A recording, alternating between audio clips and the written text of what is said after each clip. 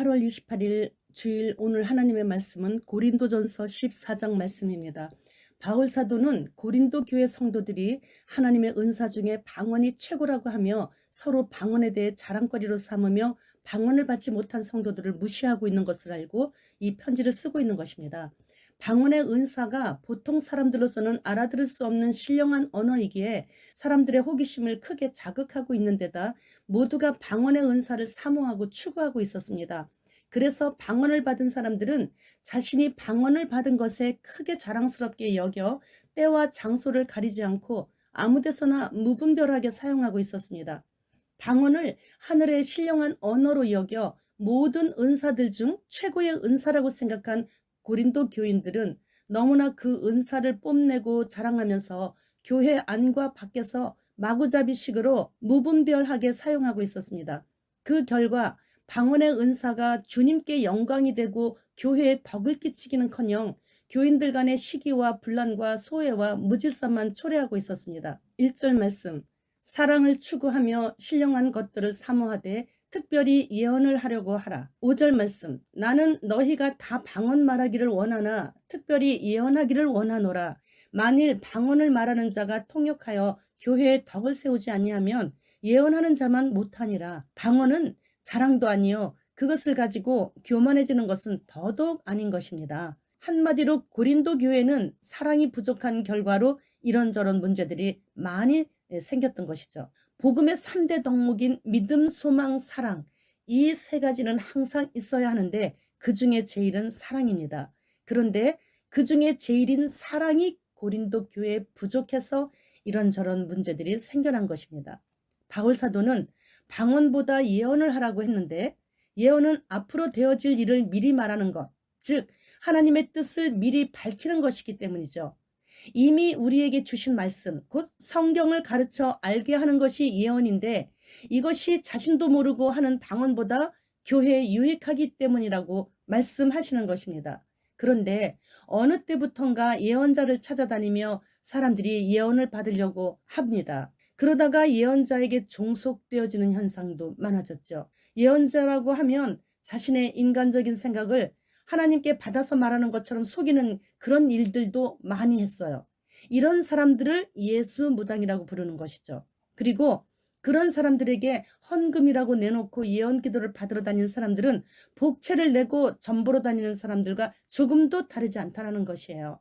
어떤 분이 무슨 말만 하면 하나님께서 이렇게 나에게 말씀하셨다고, 별것도 아니에요. 그리고 또 기도하면서 하나님께 물어봤더니 갑자기 하나님께서 나에게 이렇게 저렇게 하라고 말씀하셨다. 그런 말들을 하는데 기도하다가 하나님께서 그 길로 가라, 이것은 하지 마라, 이렇게까지 말씀하시나요? 지금 주님 공중 강림이 급박한 이때에 성령님께서 그렇게 한가하게 무당들이 섬기는 귀신들처럼 시시콜콜이 각각의 개인들의 그런 질문에 점괘나 봐주시고 그 영혼 구원과 전혀 관계도 없는 그런 일에 이렇게 해라 저렇게 해라 그렇게 하시는 분이시냔 말이에요. 지금 이 순간에도 수많은 하나님의 백성들이 세상 임금인 사탄에게 이런저런 일들에 미혹되어서 국가 단위로, 때로는 자신이 속해 있는 단체 단위로 지옥을 향해 빠르게 달려나가고 있습니다. 그런 이상한 음성들은 다 거의 대부분이 귀신의 속삭임들인 거예요. 성령님 아니에요. 마귀의 이름은 속이는 자예요. 그리고 마귀의 이름은 거짓의 아비예요. 그거를 깨닫는다면 속지 않게 되는 거죠. 예언하는 사람은 사람들에게 하나님의 말씀을 가르쳐 주는 것이에요. 하나님께서 앞으로 행하실 일들을 기록한 성경을 사람들이 잘 이해할 수 있도록 말해주는 것이에요. 18절로 19절 말씀, 내가 너희 모든 사람보다 방언을 더 말함으로 하나님께 감사하노라. 그러나 교회에서 네가 남을 가르치기 위하여 깨달은 마음으로 5마디 말을 하는 것이 1만 마디 방언으로 말하는 것보다 나으니라.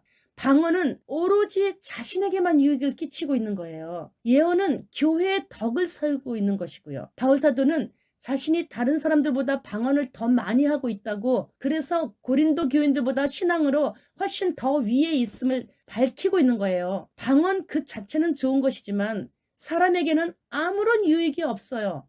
그러나 예언은 모든 사람들이 알아들을 수 있는 말로 행해졌기에 더욱 가치가 있다고 바울 사도는 강조하고 있는 것이죠. 8절 말씀. 만일 나팔이 분명하지 못한 소리를 내면 누가 전투를 준비하려. 예언도 선포하는 자가 확신 없이 자신의 생각을 도덕적인 세상 규범과 인간의 세상적인 도리와 성경과 접목하여 하나님의 말씀이라고 선포하게 되면 진정한 복음은 가려지게 되고 도덕군자들인 가라지들만 양성하게 된다는 거예요. 설교자들은 하나님의 예언의 말씀을 선포할 때 분명히 그 뜻을 똑바로 잘 전달해서 그리스도의 군사들로 하여금 지금 전투 명령 나팔 소리 났구나. 속히 준비할 수 있도록 나팔을 강하고 힘차게 불어야 하는 거예요. 지금은 자다가 깨어 일어나야 할 때라는 것을 분명히 알아들을 수 있도록 전투 태세를 갖추도록 나팔을 크게 불어야 하는 때입니다. 이게 식사 나팔 소리인지 취침 나팔 소리인지 불분명하여서 우왕좌왕하도록 그렇게 설교를 하면 안 된다라는 것입니다.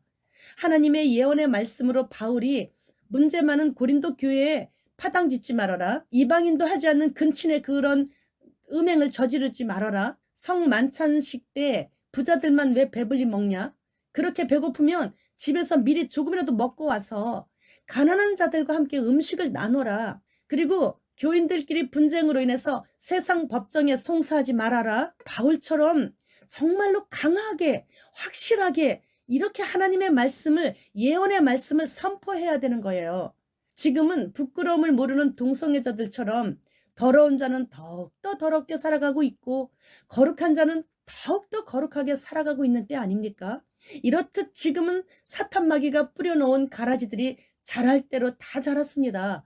그래서 진짜 알곡이 확실히 구별되어지는 때입니다. 무슨 나팔 소리인지 분간을 하기 어려울 정도로 혼탁한 설교를 지금은 하면 안 되는 거예요. 현재 교회는 고린도 교회처럼 나는 바울파야, 나는 아볼로파야, 예언의 은사보다 방언의 은사가 더 좋아, 더 최고야, 이런 우왕좌왕 그런 것도 아니고 아직은 아니야. 지금은 평안하다, 안전하다. 일단 유튜브 검색해서 현재 가장 핫한 이슈는 무엇이지? 사회주의 대통령과 딥스 대통령의 차이점은 뭐야? 이런 거나 찾아보다가 야식이나 배달시켜 먹고 좀 더 자자, 좀 더 졸자 하고 있습니다. 지금은 그 어느 때보다도 더 확실하고 분명하게 나팔을 불어야 하는 때인데도 말이죠. 지금 부는 나팔 소리가 마지막 나팔 소리일 수 있기 때문이에요. 그렇기 때문에 그 어느 때보다 누구나 더 확실하게 잘 알아들을 수 있도록 하나님의 예언의 말씀을 선포해야 되는 거예요. 주님 공중 강림 전에 있을 마지막 전쟁을 치르러 나가야 하는 훈련된 그리스도의 군사들로 무장시켜야 되는 때이기 때문이죠. 코감기 이후 피가 모자라서 혈소판 한 팩에 200만 원씩의 당사자들 간에 거래가 이루어지고 있다고 하는 조선일보 기사가 지난 23일에 났습니다. 코감기 때문이 아니죠. 독주사를 성인 90% 이상이 맞은 이후에 일어나는 일이죠. 접종자들은 일단 헌혈청에서 거부합니다. 그러니 비접종자들의 피만 필요한데 얼마나 귀합니까? 어느 접종자인 젊은 인기 연예인 부부가 헌혈하러 갔다가 두 사람 다 거절당했다는 기사를 봤습니다. 주님 오시는 징조인 천국 복음이 모든 민족에게 전파될 때가 끝이라고 마태복음 24장 14절에서 말씀하셨습니다. 이런저런 모양으로 이제는 더 이상 선교의 사명을 수행하지 못하고 있습니다. 영국에서는 십자가를 목에 걸고 출근한 여직원이 해고를 당했고, 미국에서는 성경을 공항이나 길거리에서 보고 있으면 경찰이 와서 수갑을 채우고 갑니다. 코감기로 인해서 선교사들이 현지인들과 대면도 못하고, 전염병으로 많은 선교사들이 입국을 했고, 중국은 선교사를 추방했고, 성경을 불태웠고, 중국은 교회를 폭탄으로 폭발을 했습니다. 그나마 교회 문을 열고 예배를 드리는 대한민국도 완전히 세속화되어서 물질주의에 빠져가지고 여러 가지 합당한 이유를 대면서 세습하고 있죠. 지금도 또 예배당 건축하고 있어요.